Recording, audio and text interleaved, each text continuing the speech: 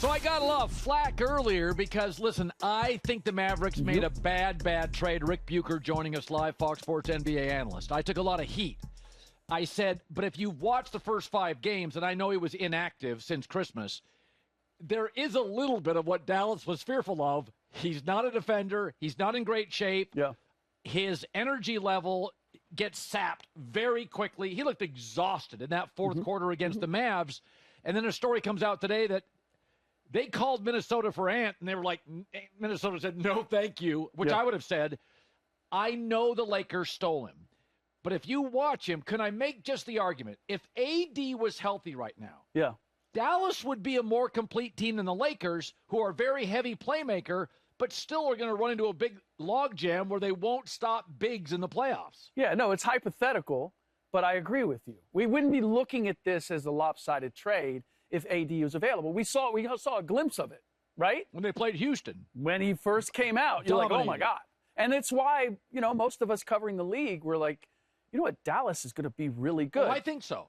For the next year or two. That's the gamble. And that's why anybody who's judging this now, you can't judge this over the next 5-6 games or the next few months. It is going to be who wins a championship.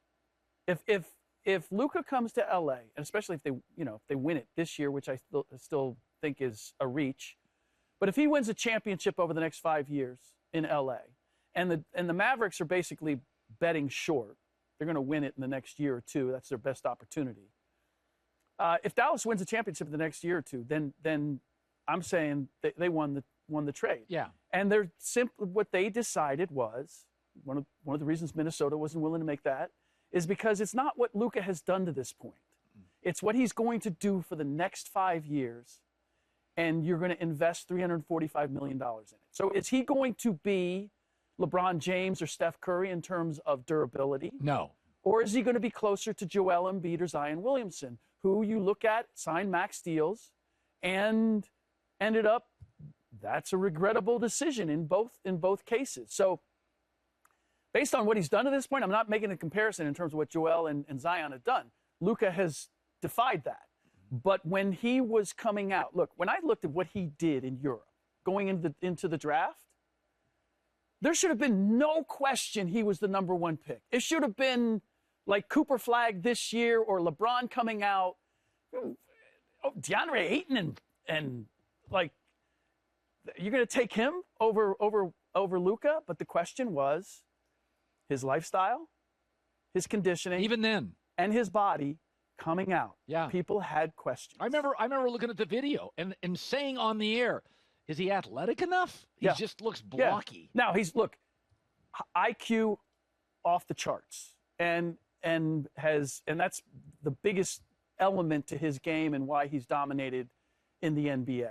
He's so smart. He makes you play his game. Right. And he has been terrific to this point. But there's 2 parts here, and we're seeing it. This is not the first player that a team was looking at having to give a max contract, a super max contract at this point, and said, we're not going to do it. LA Clippers did it with Paul George. We'd rather let him walk than give him the super max. Yep. Miami Heat would rather let Jimmy Butler walk or take less on the dollar than give him a max. And Luka Doncic is in that same category. I threw this out, Rick. It's one thing when you paid LeBron $40 million. Once the number's $75 million, is that I think you're going to see more stars move, because once I have to pay you $75 million, now your conditioning matters, your injury history matters. You're going to make more than Patrick Mahomes. I don't care if you're a billionaire. $40 million feels more like a rounding error for Steve Ballmer. Sure. $75 million guaranteed 5 years is not a rounding error to any billionaire, including Elon Musk. Yeah. And I think what's going to happen is the players saw themselves, it's a win. No, it's a microscope. Yeah. Now I'm counting everything. And when I have 4 calf injuries and you are a bad defensive player, I can even move Luka. Sure. I don't think he's the last star to get moved. I'm with you. Or the last star who's facing, like, we got to give him a supermax. You know what? I think we'd like to get off of that. That's right. And get something else. Because what we have seen with the teams that are winning is the balance of your team. You can't, I mean, we're still in this mindset of big threes. Like, if I have a big three and I can fill the rest, I can't afford to have a big three. Like, if I do that, then I have no other pieces. I have no other money to spend. And that's just not the way you get to a championship these days. And if you are going to go that direction, if you are going to give supermaxes to two guys, then they better be available 70 to 75 games during the regular season, and they better be able to play an additional 20 games in the postseason. Because analytics, I had said this about 6 to 8 weeks ago, just get Jimmy Butler with Steph, get him in the building. He's a very intentional player. Yeah. He's the anti-Wiggins, is that every possession is intense. Yeah. And you remember every one of his points. Wiggins can give you 28, and I don't remember 3 baskets. Yeah. And I'm like, he's the anti-Wiggins. Get him in the building. I don't care what analytics say, because analytics were like, are you a little surprised that it's been this seamless? I'm not surprised that it's been this seamless. I've been surprised, and I think I would disagree with you on the analytics. I believe that Jimmy has answered the analytics as well, because he's filled gaps that Andrew simply did not. Yeah. Number one, he gets to the free throw line. A lot. Yes. They were the Warriors. When Steph was on, well, I mean, they just didn't get to the line. Yeah, they were. Last I checked, they were still last in free throw percentage, and they were 23rd in free throw attempts. And that's since Jimmy's come on, averaging 9 free throws a game. So they had to have been in the bottom 5. Right? And when you have 30-somethings like Jimmy and Steph and Draymond, when you're getting to the free throw line, one, that's built-in rest during the course of the game. And two, it allows you to set your defense so you're not getting beat in transition, which the Warriors were getting a lot of early on. The other element that doesn't fit in analytics, that's the intangible, is Jimmy comes with swagger. And Draymond Green, since his game has fallen off a little bit, he always provided that bravado. The bravado doesn't play as loud when you're not quite as impactful. Jimmy comes in and now doubles down. Now you have 2 loud bravado guys that adds to the entire atmosphere and environment. So you add the free throws, also finishes at the rim. Wiggins, they have about the same finishing percentage at the rim, but Jimmy takes almost more than a third of his shots at the rim. Right. Andrew did not do that. Right. So he's filled a lot of gaps that they did not, that needed to be filled, and it has made a huge difference. All right, fine. That's a big topic. So yesterday I said Tom Cruise is a movie star. Jeremy Irons is a great actor. John Malkovich is a great actor. Mm-hmm. Jeremy Irons, great actor. Denzel and Tom Cruise walk into a room. Those are movie stars. Yep. Jason Tatum is a great NBA player. Mm-hmm. He is not a face of the league. He has no aura. Mm. I have seen him play live 4 times, and I've seen him play 4 times. Yeah. He's been excellent. Yeah. There have been times Jaylen Brown, like, talk to the hand. I'm going to control. And I'm like, that's not a face of the league guy. Yeah. Yeah. Am I nuts? No, not at all. I mean, it's why we kind of shoehorned Anthony Edwards into this. Can he be the face of the league? Because he's got the attitude that you want. He's got the dynamic. He's aggressive. He's got the dynamic game and personality that you want as the face of the league. He just doesn't have the resume. Right. Like Jason Tatum has the resume. Right. But he doesn't have the persona. Yeah. And you have to have both. There's a formula to it. LeBron, Magic, and Michael, yeah. all great businessmen.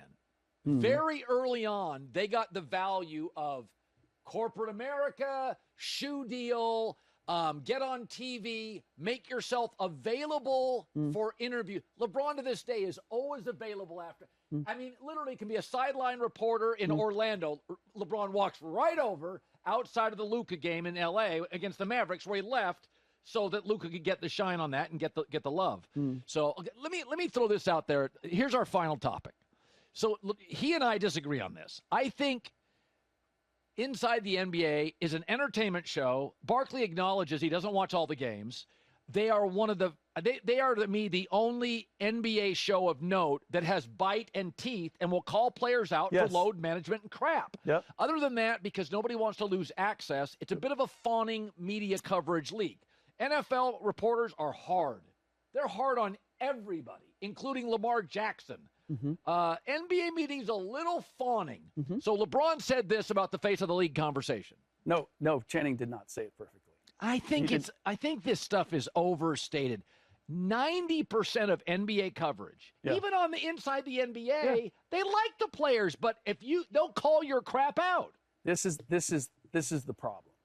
The problem is that you have all of these young players coming in, and we look at statistics, particularly offensive statistics, and we have people out there saying, fawning media, saying, oh, this guy, in fact, we just had this conversation.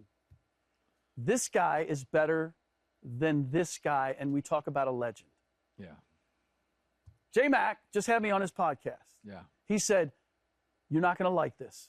Paolo Banchero is better than Karl Malone. I'm like, what are we doing? What are we doing? And the problem is that when you then say that, then there's the pushback.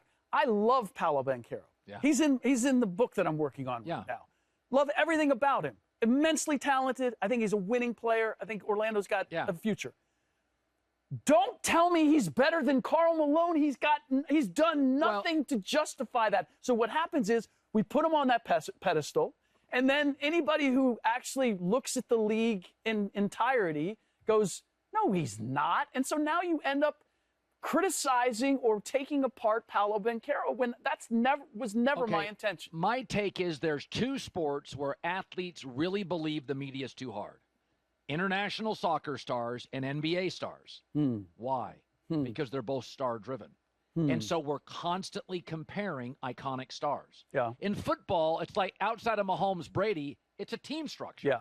We're just like, Josh Allen's great. We bang on the coaches, we talk coordinators in the NFL. Yeah. So when you're a star-driven sport, Messi, Ronaldo, Rooney in his prime, Mbappe will deal with this. Or if you're LeBron, Steph, or Ant, in those two worlds, star-driven, they make the most money. Yeah. NFL, you don't make the money. You don't make the money. So when you're it's like Hollywood. Well, the other part is with the NFL, there is no access.